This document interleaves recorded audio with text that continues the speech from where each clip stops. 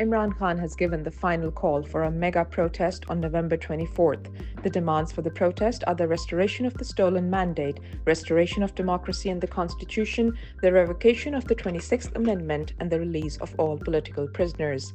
Mr. Khan has appealed to the Pakistani nation to reach Islamabad. He announced the formation of a leadership committee to lead the protest and conduct all negotiations. Former Prime Minister Imran Khan's bail hearing in the fabricated Tosha Khana 2 case was once again adjourned until next week when the FIA's prosecutor did not show up in court.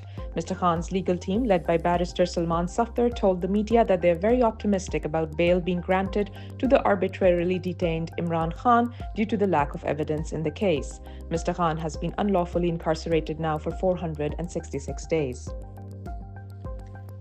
PTI's leadership, who were elected members of the parliament, were manhandled and arrested outside Adiala jail when they went to meet Imran Khan on Tuesday. The arrested leaders included the leader of the opposition in the Senate, Senator Shibli Faraz, as well as the leader of the opposition, Umar Ayub Khan.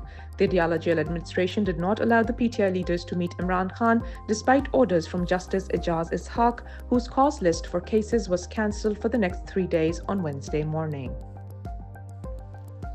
Beijing is pushing Pakistan to allow its own security staff to provide protection to thousands of Chinese citizens working in the South Asian nation, according to a Reuters report which cites unnamed sources.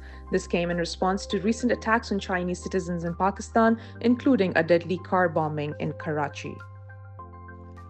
The International Monetary Fund has sent a mission to Pakistan 4 months ahead of its planned review to assess the country's progress on its $7 billion bailout package. The IMF is contemplating a shift back to a quarterly review following early program challenges.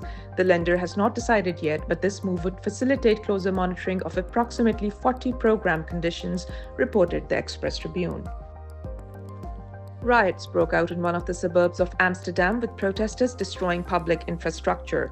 According to local media reports, a tram was set on fire and several cars have been damaged by stones hurled by the rioters. Tensions remain high after recent fighting between visiting Israeli football fans and local Palestinian solidarity protesters.